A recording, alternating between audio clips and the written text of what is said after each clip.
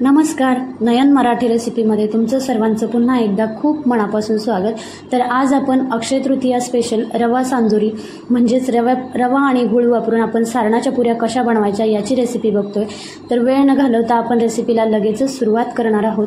पण त्याआधी एक निवेदन आहे, नयन मराठी रेसिपी या चॅनलवर तुम्ही जर नवीन असाल तर चॅनलला सबस्क्राईब करा आणि व्हिडिओ खालील घंटीचं बटन दाबायला विसरू नका, म्हणजे नवीन व्हिडिओचे जे नोटिफिकेशन्स आहेत ते तुम्हाला सर्वात आधी मिळतील.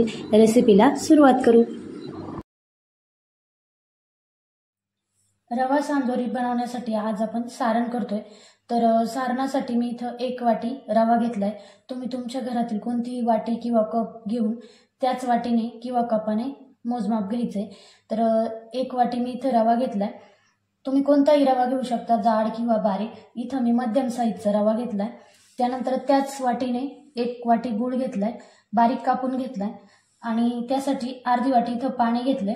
2 चमचे साजूक तूप घेतलंय रवा भाजण्यासाठी आणि 1 चमचा साधारण विलायची पावडर घेतली. आता आपण रवा भाजून घेणार आहे. रवा भाजण्यासाठी मी इथं कढई गरम करायला ठेवली. कढई आपली गरम झाली, त्यात आपण जे घेतलेलं साजूक तूप आहे 2 चमचे ते यात टाकून घेतलंय. तुम्ही रवा भाजण्यासाठी तेलही वापरू शकता. तूप छान गरम झालंय, त्यात आपण रवा टाकून घेतोय. लो टू मीडियम गॅसवर आपल्याला हा रवा भाजून घ्यायचा आहे. 5 ते 6 मिनिटं झाले, आपला रवा छान भाजलाय. अजून 1 मिनिटभर आपण रवा भाजून घेऊ. रवा चांगला खरपूस भाजला की आपल्या पुऱ्या चवीला छान लागतात. 1 मिनिट झालाय, रवा आपला छान भाजला. रव्याचा असा छान वास आला की समजायचं आपला रवा छान भाजलाय.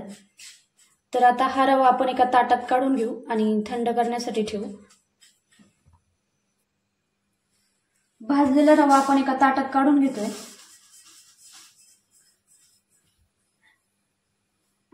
आता रवा थंड होतोय तोपर्यंत आपण गुळाचा पाक करून घेणार आहे. तर आता सारण बनवण्यासाठी आपण इथं गूळ वितळून घेणार आहे. तर त्यासाठी आपण जो 1 वाटी गूळ घेतलाय तो या पातेल्यात टाकून घेतलाय आणि 1 वाटी रव्यासाठी अर्धी वाटी इथं आपण पाणी घेतलंय. त्यानंतर गॅस ऑन करतोय. आपल्याला पाक तयार करायचा नाही, फक्त आपल्याला गूळ या पाण्यात वितळून घ्यायचा आहे. आपण हे मिश्रण गरम करत असताना गूळ फक्त आपल्याला चमच्याने ढवळून मिक्स करून घ्यायचा आहे, म्हणजे आपला गूळ पाण्यामध्ये लवकर वितळला जातो. 1 ते 1.5 मिनिटामध्ये आपला गूळ संपूर्ण पाण्यामध्ये वितळलाय. आता आपण गॅस बंद करणार आहे आणि हे मिश्रण आपल्याला थंड करण्यासाठी ठेवायचंय. हे मिश्रण आपल्याला खूप जास्त उकळायचं नाहीये. गूळ वितळला म्हणजे आपलं मिश्रण तयार झालं. आता हे आपण पूर्ण थंड करून घेणार आहे आणि रवाही आपला थंड होतोय. हे दोन्ही आपले थंड झाले की त्यात आपल्याला हे दोन्ही मिक्स करायचे. रवा आपला थंड झालाय आणि गुळाचं मिश्रणही आपलं थंड झालंय. आता हे आपण गाळून घेणार आहे. 2 बॅच मध्ये आपण हे गाळून घेणार आहे. गुळामध्ये कचरा असतो त्यामुळे आपण गुळ गाळून घ्यायचा आहे आणि हे चमच्याच्या साहाय्याने मिक्स करून घ्यायचं.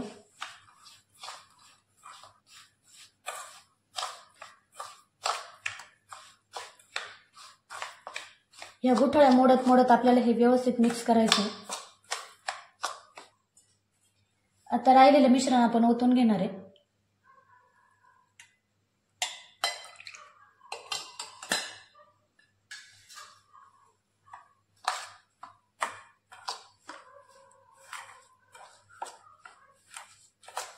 हे मिक्स करण्यासाठी आपल्याला भांडं थोडं मोठं घ्यायचं, कारण रवा भिजल्यानंतर थोडासा फुगतो. त्यामुळे भांडं घेताना थोडंसं मोठं घ्यायचं, म्हणजे आपल्याला व्यवस्थित मिक्स करता येतं. हे मिश्रण आता आपल्याला पातळ जरी दिसत असलं, पण जसा जसा वेळ जातो तसं रवा आपलं गुळाचं पाणी शोषून घेतो. त्यामुळे आपलं मिश्रण हे घट्ट होतं.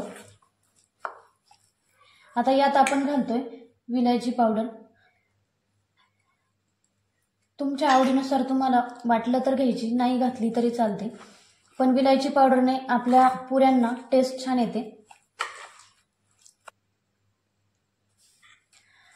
तुम्हाला जर आवडत असेल तर तुमच्या आवडीनुसार आपण यात बडीशोपही बारीक करून घालू शकता. आता हे मिश्रण आपण 7 ते 8 तासात भिजवून घेणार आहे. म्हणजे सकाळी जर आपल्याला पुऱ्या करायच्या असतील तर आपण रात्री हे मिश्रण तयार करून ठेवायचं, म्हणजे रात्रभर व्यवस्थित भिजल्या जातं आणि आपलं सारण मऊसूत असं तयार होतं. तर आता हे आपण झाकून ठेवू. 7 ते 8 तास झाले, आपलं सारण छान भिजलंय. हे मी रात्री भिजत घातलं होतं आणि सकाळी तुम्ही बघू शकता मोकळं असं आपलं सारण तयार झालंय. आता सारण आपलं तयार झालंय. आपण पुरीसाठी जे पीठ लागतं ते मळून घेणार आहे. पीठ मळण्यासाठी मी इथे एक भांडं घेतलंय आणि ज्या वाटीने आपण रवा मोजून घेतला होता, रवा आणि गूळ, त्याच सेम वाटीने आपण 1 वाटी इथं मैदा घेतलाय.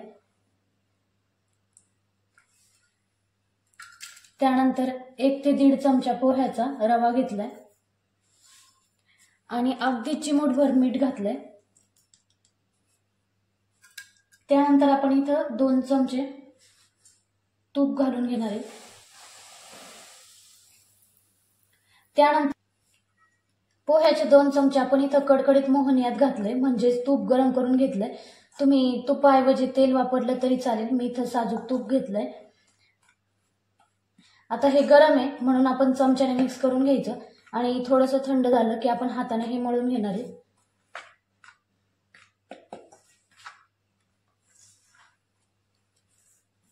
हे तुपाचं मोहन आपल्याला मैदा आणि रव्याला चोळून चोळून मिक्स करून घ्यायचंय. 1 मिनिटभर आपण हे मिक्स करून घेतलंय आणि तुम्ही बघू शकता या पद्धतीने पिठाचा गोळा झालाय, म्हणजे तूप आपल्या मैद्यामध्ये व्यवस्थित मिक्स झालंय. त्यानंतर आपण यात थोडं थोडं पाणी घालून हे पीठ मळून घेणार आहे.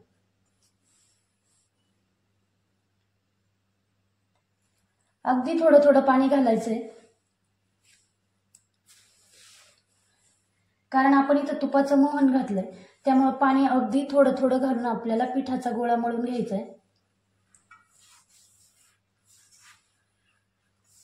इथं आपल्याला पिठाचा घट्टसर गोळा मळायचा आहे. आपण जसं चपातीसाठी पीठ मळतो त्यापेक्षा थोडंसं कडक असं पीठ मळून घ्यायचंय. या पद्धतीने पीठ आपलं मळून झालंय आणि घट्टसर असा पिठाचा आपण गोळा तयार केलाय. तर हे पीठ आपण अर्ध्या तासासाठी झाकून ठेवणार आहे, कारण यात आपण रवा घातलाय. हे पीठ आपण भिजून घेतलं तर रवा पिठामध्ये छान भिजला जातो आणि आपल्या पुऱ्याही खुसखुशीत होत्या. तर आपण हे झाकून ठेवू. तर अर्धा तास आपण हे पीठ भिजत ठेवलं होतं. अर्धा तास झालाय. तुम्ही बघू शकता पीठ अगदी छान आपलं भिजलंय. यानंतर आपण आता पुऱ्या करून घेणार आहे. हे पीठ परत एकदा आपण पोळपाटावर व्यवस्थित मळून घ्यायचं.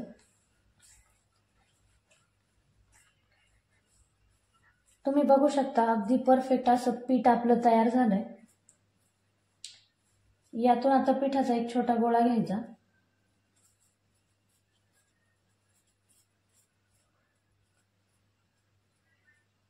हातावर या पद्धतीने चांगला मळून घ्यायचा आणि त्यानंतर आपण पुरणपोळीला जसा उंडा तयार करतो त्या पद्धतीने हा उंडा आपल्याला तयार करून घ्यायचा आहे. थोडंसं वाटलं तर कोरडा मैदा घेऊन आपण हे तयार करू शकतो.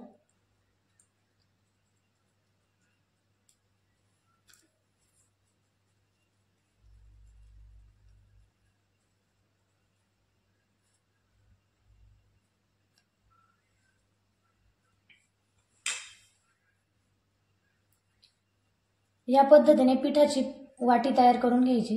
अशी खोलगट वाटी तयार करायची आणि त्यानंतर आपण यात सारण भरतोय. तुम्ही सारणाचा गोळा करूनही यात भरू शकता.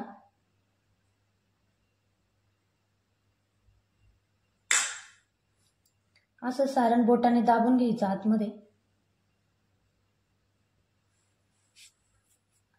आणि अंगठ्याच्या साहाय्याने असं दाबत दाबत आपल्याला हे उंडा तयार करून घ्यायचा आहे. अजून थोडंसं सारण आपण यात भरून घेऊ.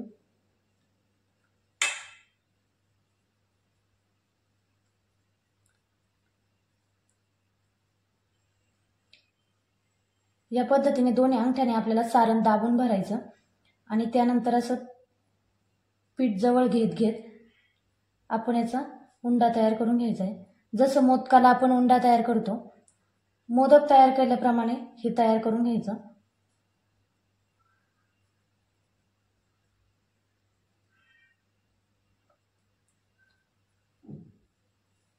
थोडंसं वर आलेलं पीठ आपण इथं काढून घेतलं आणि हे राहिलेलं पीठ आपण दाबून द्यायचं.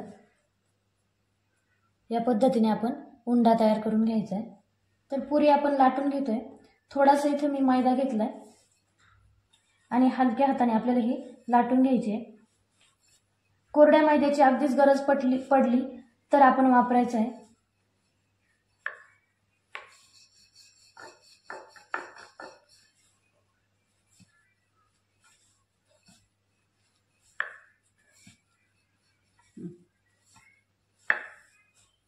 या पद्धतीने आपण पुरी लाटून घ्यायची आहे. त्यानंतर मी अजून एक पुरी तुम्हाला लाटून दाखवणार आहे.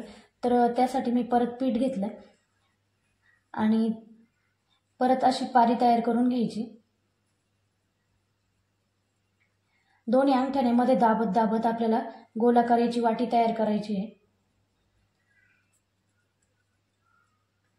अशी वाटी तयार झाली की त्यात आपण सारण भरणार आहे.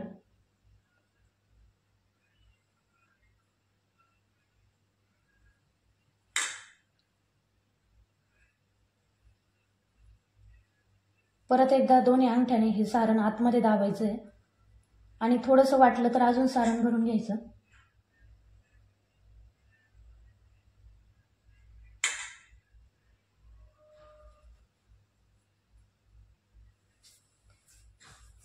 आणि मोदकाप्रमाणे याचा उंडा तयार करून घ्यायचा आहे.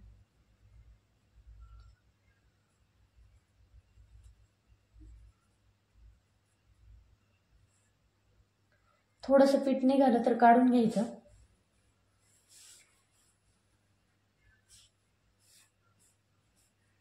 या पद्धतीने आपला दुसरा उंडाही तयार झाला. थोडासा मैदा घेऊन आपण हा लाटून घेणार आहे.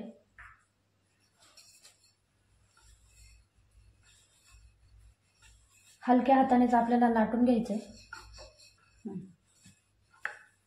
या पद्धतीने आपली दुसरी पुरी तयार झाली.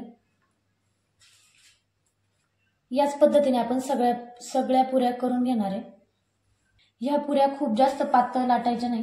या साईजमध्ये तुम्ही उंडा पाहिला असेल त्या साईजची एवढी पुरी आपण लाटून घ्यायची. कारण ह्या पुऱ्या खूप पातळ झाल्या ते कडक होतात आणि खायलाही वातड लागतात. त्यामुळे या पद्धतीने पुऱ्या करून घ्यायच्या. तर आपण इथं पुऱ्या लाटून घेतल्यात. तर आपण जेवढं साहित्य घेतलं होतं त्यात मी जवळजवळ निम्म्याला थोड्याशा वर पुऱ्या तयार करून घेतल्यात आणि काही सारण मी शिल्लक ठेवलंय.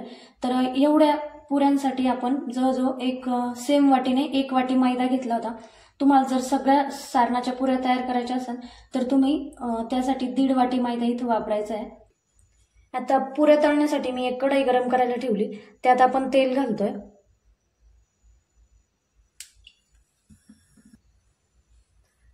तेल गरम झालंय. आपण छोटासा गोळा टाकून बघू. तो लगेच वर आलाय म्हणजे तेल आपलं तळण्यासाठी परफेक्ट गरम झालंय. तर त्यानंतर आपण पुरी सोडतोय. मध्यम गॅसवर आपल्याला हे पुऱ्या तळून घ्यायच्या. मी इथं तळण्यासाठी लोखंडाची कढई वापरली आहे. तुम्ही तळण्यासाठी तुमची कुठली कढई असेल ती वापरू शकता.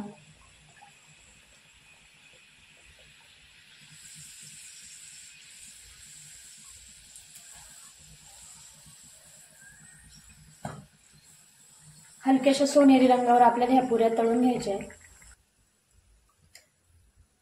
अशा प्रकारे आपल्याला सोनेरी रंगावर ह्या पुऱ्या तळून घ्यायच्या. तुम्ही बघू शकता अगदी टम्म अशी आपली पुरी फुगली आहे.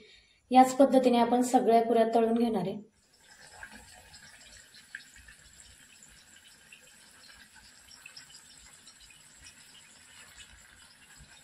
पुऱ्या तळत असताना गॅसची फ्लेम आपल्याला मीडियम ठेवायची आहे. या पद्धतीने आपली दुसरी पुरी तळून झाली. अशाच प्रकारे आपण सगळ्या पुऱ्या तळून घेऊ.